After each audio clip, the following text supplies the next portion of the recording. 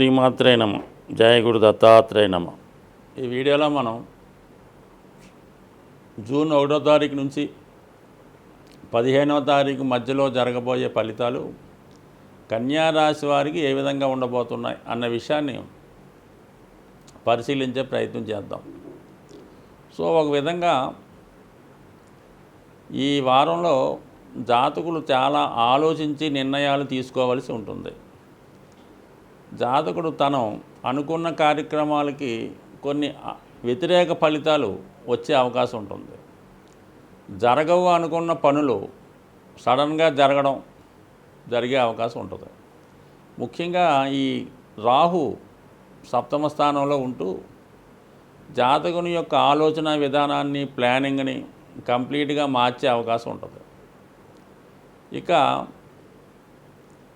6వ స్థానంలో ఉన్నటువంటి శని భగవానుడు గతంలో కన్నా మీకు కొంత అనుకూలమైన స్థితిలోకి మారడం జరిగింది. అంటే ఇక్కడ నక్షత్ర మార్పు, గురువు యొక్క నక్షత్రమైనటువంటి పూర్వభాద్ర సంచారం వల్ల కొంతవరకు గతంలో కన్నా శుభ ఫలితాలు ఇవ్వడం జరుగుతూ ఉంటుంది. మరి ఆ గురువు ప్రస్తుతం భాగ్యస్థానంలో సంచరించడం ఒక విధంగా జాతకుడికి ఎవరైతే విదేశ ప్రయాణం కొరకు కానీ, విదేశంలో ఉద్యోగం కొరకు కానీ, లేదా ఉన్నత విద్య కొరకు కానీ ప్రయత్నం చేస్తుంటే వాళ్ళకి కొంతవరకు ఈ సమయంలో లైన్ క్లియర్ అయ్యే అవకాశం ఉంది. అంటే ఇక్కడ నుంచి మీ విదేశ ప్రయత్నాలు చేసుకుంటే కంపల్సరిగా అవి మీకు సక్సెస్ అయ్యే అవకాశం ఉన్నది. సో ఆ విధంగానే మరి కొంతవరకు పుణ్యక్షేత్రాలు దర్శిద్దాం అనుకున్న వాళ్ళకి కూడా ఇది అనుకూలిస్తూ ఉంటుంది. ఎందుకంటే ఈ కన్యా రాశి వారికి రాశి యందు కేతుగ్రహ సంచారం ఎంతసేపు కూడా జాతకుడికి ఆధ్యాత్మిక చింతన పెరుగుతూ ఉంటుంది. ఎక్కడన్నా పుణ్య కార్యక్రమాలు జరుగుతున్నాయి, ఎక్కడన్నా ఉత్సవాలు వేడుకలు జరుగుతుంటే అందులో పాల్గొందామనే ఆలోచన ఎక్కువగా వస్తూ ఉంటుంది. సో ఆ కారణం వల్ల ఏదన్నా ఒక దూర ప్రాంతంలో జరిగే పుణ్య కార్యక్రమాలకో వేడుకలకో మరి జాతకుడు ఈ సమయంలో వెళ్ళే అవకాశం ఉంది. దానికి 6వ స్థానం కూడా సహకరిస్తుంది. ఉద్యోగపరంగా కూడా కొంతవరకు మరి న్యాయవాద వృత్తిలో ఉన్న వాళ్ళకి కానీ, ప్రభుత్వ ఉద్యోగం అంటే ఏ రంగమైనా అవనవండి, ఖచ్చితంగా ఉద్యోగంలో కూడా కొంత రిలీఫ్, కొంత అభివృద్ధి వచ్చే అవకాశం ఉంది. కానీ జాతకులు ఒక విషయంలో మాత్రం మరి ఈ పక్షంలో జాగ్రత్త వహించవలసి ఉంటుంది.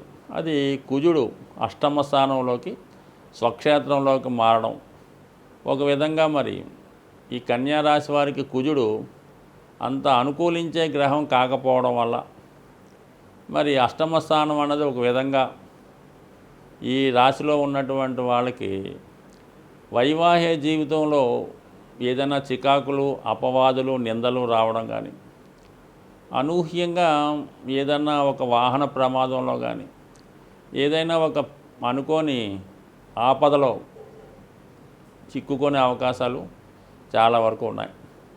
సో మరో విధంగా ఏమైనా భూములు సంబంధించిందో, స్థిరాస్తి సంబంధించిందో మరి అటువంటి ప్రాబ్లమ్స్లో ఇరుక్కోవడం కానీ, చికాకుల్లో ఇరుక్కోవడం కానీ, ఏదైనా పోలీసు కేసులో ఇరుక్కోవడం కానీ, చెయ్యని నేరానికి మనల్ని ఇరికించడం కానీ, ఇటువంటి కొన్ని ఇబ్బందులు అటు పోలీస్ డిపార్ట్మెంట్ వారి వల్ల రావచ్చు, సంఘ విద్రోహ శక్తుల వల్ల రావచ్చు, లేదంటే కొన్ని విపత్తుల వల్ల కూడా లభించే అవకాశం ఉంది. అలాగే ముఖ్యంగా మరి అష్టమ స్థానంలో ఉన్నటువంటి కుజుడు మరి ఇది కొంతవరకు స్త్రీలకు కూడా మరి ఇబ్బంది పెట్టే అవకాశం ఉంటుంది వివాహ విషయంలో.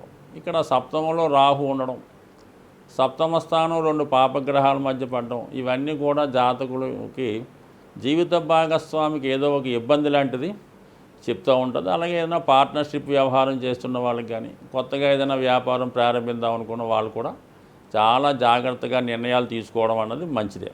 సో ఏదన్నప్పుడు కూడా మరి అష్టమంలో ఉన్నటువంటి కుజుడు ఉన్నంత వరకు కూడా జాతకుడు సాహసంగా ఏదైనా ప్రమాదాలు లాంటి పనులు చేయకూడదు, వాహనాలు వేగంగా నడపకూడదు, ఏదన్నా మరి ఎక్కడికైనా సెటిల్మెంట్లకో ఏదన్నా కొన్ని చోట్లకి వెళ్ళినప్పుడు కంపల్సరిగా ఒకరిద్దరిని తోడు తీసుకొని వెళ్ళడం మంచిది తప్ప ఒంటరిగా వెళ్ళడం వల్ల కూడా అనుకోని ఇబ్బందులు వచ్చే అవకాశం ఉంది. కాబట్టి జాగ్రత్త వ్యవహరించాలి. కొన్ని సందర్భాల్లో ఈ అడవి జంతువుల వల్ల కూడా ప్రమాదం వస్తూ ఉంటుంది. అది ఇప్పుడు అంత లేదు కాబట్టి ఇది వాహన ప్రమాదంగా మారింది. బట్ ఏదన్నా కూడా ప్రమాదాల విషయంలో జాగ్రత్త వహించండి కన్యా రాశి వారు. సో అయితే ఏంటంటే కొన్ని గ్రహాలు గురువు మరి భాగ్యంలో ఉంటూ రాశిని వీక్షించడం వల్ల కొంతవరకు పెద్ద ఇబ్బంది అయితే ఉండదు, కానీ కొంచెం జాగ్రత్త పడడం మంచిదని సూచన. ఇక 9వ స్థానంలో ఉన్నటువంటి రవి శుక్ర బుధ గురులు, ఇది కంపల్సరీగా ఉన్నత విద్యల ప్రవేశం కొరకు ప్రయత్నం చేస్తున్న వాళ్ళు, అలాగే ఈ రాశిలో మెడికల్ వృత్తిలో కానీ ప్రవేశిద్దాం అనుకొని మెడికల్ ఎంట్రన్స్ ప్రయత్నం చేస్తున్నా, లేదంటే దూర ప్రాంతంలో ఏదన్నా కోర్సులో ప్రవేశించంటే, ముఖ్యంగా ఇలాంటి మెడికల్ సంబంధించింది చదువుకునే విద్యార్థులకు మాత్రం ఈ సమయం చాలా అనుకూలంగా ఉంది. మీరు బాగా గట్టిగా కృషి చేయడం వల్ల అటు విజయ అవకాశాలు 6వ స్థానం బాగుంది కాబట్టి కంప్లీట్గా మీరు దృష్టి పెట్టడం వల్ల ఎవరైతే మెడికల్ ఎంట్రన్స్ రాస్తున్నారు కానీ మెడికల్ పీజీ కొరకు ప్రయత్నం చేస్తున్నారో, లేదంటే మెడికల్ రంగంలో ప్రవేశిద్దాం అనుకున్న వాళ్ళకి కంపల్సరిగా ఇది ఒక అద్భుతమైనటువంటి కాంబినేషను. మరి ఈ సమయంలో మీరు ప్రయత్నం చేయడం వల్ల ప్రభుత్వ సహకారంతో ఒక మంచి కళాశాలలో ప్రవేశం దొరికే అవకాశం ఉంది. ఇది మంచి నాంది వాక్యం కలిపి ముందుగా దానికి సంబంధించినటువంటి ప్రయత్నాలు 100% చేసుకోవడం వల్ల మంచి ఫలితం వచ్చే అవకాశం ఉన్నది.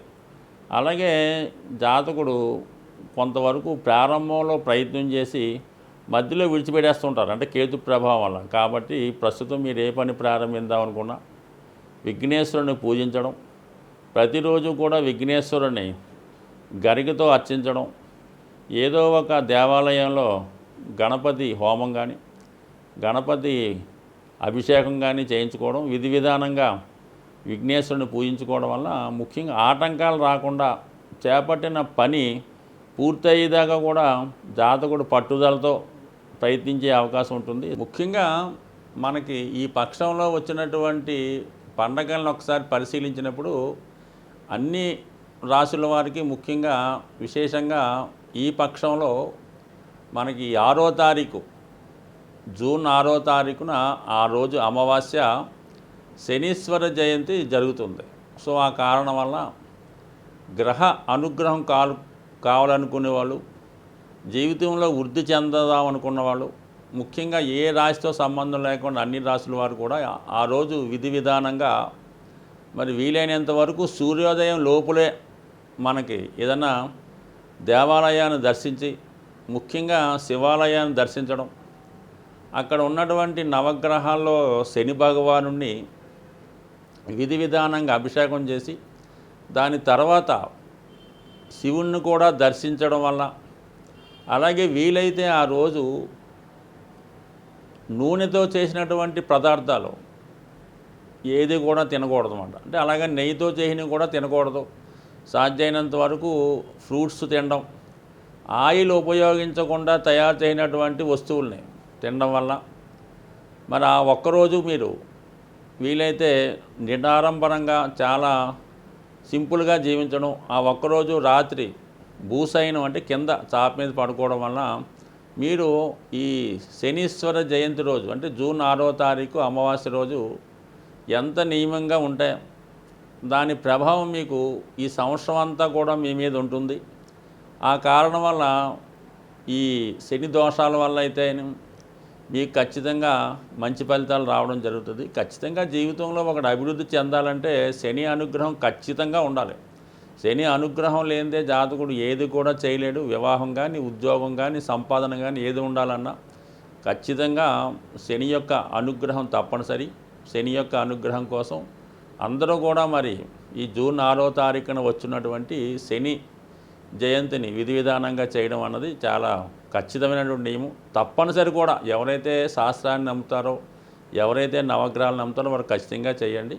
అలాగే మరి అంతకు ముందు రోజు వచ్చే 5వ తారీఖు మాస శివరాత్రి రోజు కూడా విధి విధానంగా మరి వీళ్ళని బట్టి ఆ రోజు శివుడికి అభిషేకం చేసుకోవడం వల్ల కూడా శని యొక్క దోషాల నుంచి బయటపడే అవకాశం ఉంది.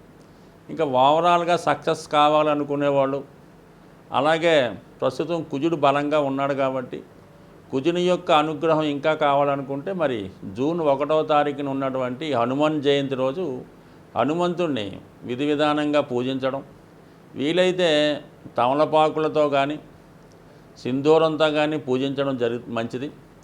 ఆ రోజు మరి ఉపవాసం ఉండడం కానీ, విధి విధానంగా నియమంగా ఉండడం కానీ, హనుమంతుని ఉత్సవాల్లో పాల్గొనడం వల్ల సక్సెస్ అన్నది చాలా సులువుగా సంపాదించవచ్చు. ఈ సమయంలో హనుమంతుడిచ్చినటువంటి వేగంగా ఎవరు కూడా ఫలితాన్ని ఇవ్వలేరు. మరి అదృష్టవశాత్తు మరి కుజుడు ఈ 1వ తారీఖునే మేషరాశిలోకి వచ్చి అద్భుతమైనటువంటి స్వక్షేత్రంలోకి రావడం, అదే రోజు హనుమత్ జయంతి రావడం, నిజంగా కుజుని యొక్క అనుగ్రహం కావలసిన వారు స్వామి యొక్క సేవ చేయడం వల్ల కంపల్సరిగా వృత్తిలో విజయం పొందే అవకాశం ఉంటుంది. స్వస్తి.